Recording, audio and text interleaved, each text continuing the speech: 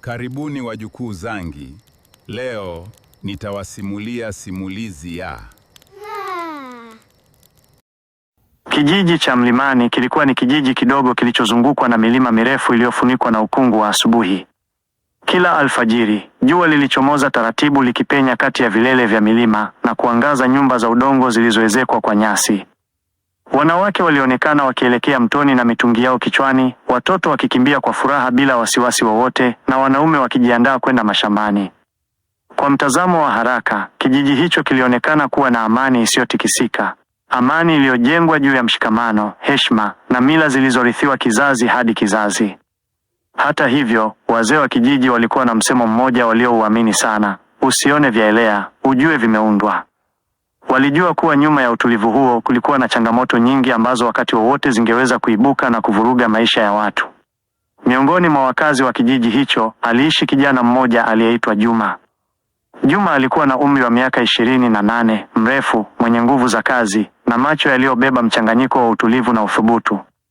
Alijulikana kwa bidii yake na heshima kwa wakubwa, lakini zaidi ya yote, alijulikana kwa moyo wake wa kusaidia wengine. Wazee walipomwangalia Juma, mara nyingi walitikisa vichwa vyao kwa kuridhika na kusema, mtoto wa nyoka ni nyoka. Baba yake Juma alikuwa shujaa wa zamani wa kijiji hicho, mtu aliyewahi kulinda kijiji dhidi ya majangili na wanyama wakali waliokuwa wakivamia mifugo ya wanakijiji. Ingawa baba yake alifariki miaka kadhaa iliyopita, kumbukumbu yake bado ilikuwa hai, na wengi waliamini kuwa Juma alikuwa amerithi roho hiyo ya ujasiri. Maisha yaliendelea kama kawaida hadi pale dalili za kwanza za mabadiliko zilipoanza kuonekana. Ilianza polepole, mbuzi mmoja kupotea, kisha ng'ombe wawili, halafu kundi zima la mifugo likatoweka bila maelezo ya moja kwa moja. Mwanzoni, wanakijiji walidhani ni wanyama wakali kutoka msituni, lakini kadiri siku zilivyopita, ilionekana wazi kuwa hili halikuwa jambo la kawaida.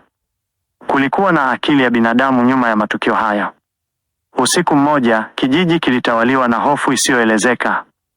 Mbwa walibweka bila kukoma, na upepo ulivuma kwa nguvu ukigonga milango ya nyumba kana kwamba ulikuwa ukionya juu ya hatari iliyokuwa inakaribia. Sauti za ajabu zilisikika kutoka msituni, sauti zilizochanganya vishindo vya miguu na minong'ono isiyoeleweka. Wanakijiji walijifungia ndani ya nyumba zao, wakitetemeka kwa hofu. Wengine walikusanyika kwa wazee wa kijiji wakitafuta majibu. Chini ya mti mkubwa wa mkuyu, wazee walikaa kimya kwa muda mrefu kabla ya mzee Baraka kuvunja ukimya huo. Sauti yake ilikuwa nzito, iliyojaa uzoefu wa miaka mingi. Alisema, uoga hauponyi jeraha. Tukikaa kimya tutapoteza kila kitu. Hata hivyo, licha ya maneno yake, hakuna aliyekuwa tayari kujitolea kwenda kuchunguza kilichokuwa kinaendelea msituni. Hofu ilikuwa imewatawala kiasi kwamba hata wenye nguvu walionekana kuwa dhaifu. Juma alikuwepo kwenye mkutano huo, akisikiliza kwa makini. Moyo wake ulikuwa ukidunda kwa kasi, lakini si kwa hofu bali kwa hasira na huzuni. Aliwaangalia wanakijiji wenzake, akawaona wakiwa wameinama chini, wamekosa matumaini. Ndipo aliposimama na kusema kwa sauti ya uthabiti, kama hakuna atakayekwenda, basi mimi nitaenda. Maneno yake yalileta ukimya mzito. Wengine walimwangalia kwa mshangao, wengine kwa wasiwasi. Mama yake, Mama Zawadi, aliyekuwa pembeni, alihisi moyo wake ukikaza. Alimfuata Juma baada ya mkutano kumalizika na kumshika mkono. Kwa sauti ya upole lakini yenye uzito, alimwambia, mwanangu, kumbuka, bahati haiji kwa mvivu, lakini pia usikimbilie hatari bila hekima. Juma alimtazama mama yake kwa upendo na kujibu, mama, nitatumia akili kabla ya nguvu. Usiku huo huo, Juma alijiandaa. Alichukua mkuki wake, taa ya chemli na kamba ndogo.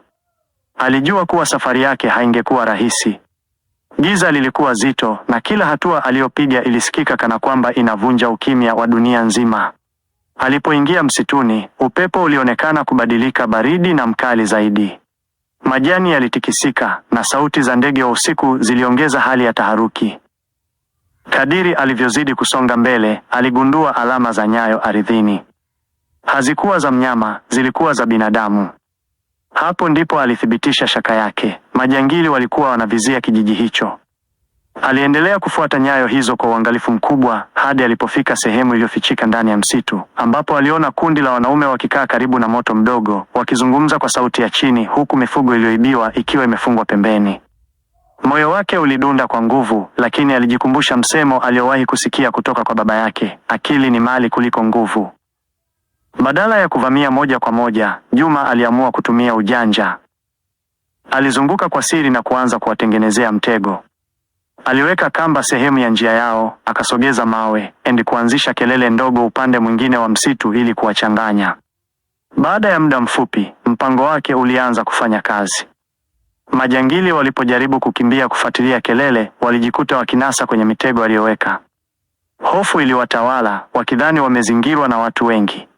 Ndipo Juma alipotokea ghafla, akipiga kelele kwa nguvu ili kuongeza taharuki. Bila hata kupigana sana, majangili walikimbia ovyo, wakiacha nyuma mifugo walioiba. Juma alisimama pale kwa muda, akihema kwa uchovu, lakini akiwa na furaha ya ushindi. Alfajiri ilipokaribia, alianza safari ya kurudi kijijini akiwa anaongoza mifugo iliyookolewa. Alipofika kijijini, watu walishangaa kumwona akiwa salama pamoja na mifugo yao. Furaha ilitanda kila mahali, wanawake walilia kwa furaha, watoto walimkimbilia na wanaume walimpongeza kwa heshima kubwa. Chini ya ule mti wa mkuyu, wazee walikusanyika tena. Mzee Baraka alisimama na kumtazama Juma kwa fahari. Kisha akasema kwa sauti iliyosikika kila kona ya kijiji, shujaa hapimwi kwa ukubwa wa mwili, bali kwa ukubwa wa moyo. Wanakijiji walipiga makofi na kushangilia, wakimtambua Juma kama mlinzi wao mpya. Tangu siku hiyo, maisha ya kijiji yalibadilika. Hofu ilipotea na amani ilirejea. Juma hakujiona kama shujaa mkubwa, bali kama sehemu ya jamii yake. Aliendelea kufanya kazi zake za kila siku kwa unyenvu, lakini ndani ya mioyo ya watu alikuwa zaidi ya kijana wa kawaida. Alikuwa alama ya matumaini na ujasiri. Hadithi ya Juma ilisimuliwa kizazi hadi kizazi. Wazee waliitumia kuwafundisha vijana umuhimu wa ujasiri, hekima na kujitolea kwa ajili ya wengine. Na kila walipofika mwisho wa simulizi hiyo, walimalizia kwa msemo mmoja uliobeba ukweli mkubwa: shujaa wa kweli huzaliwa pale ambapo wengine wanaogopa kusimama.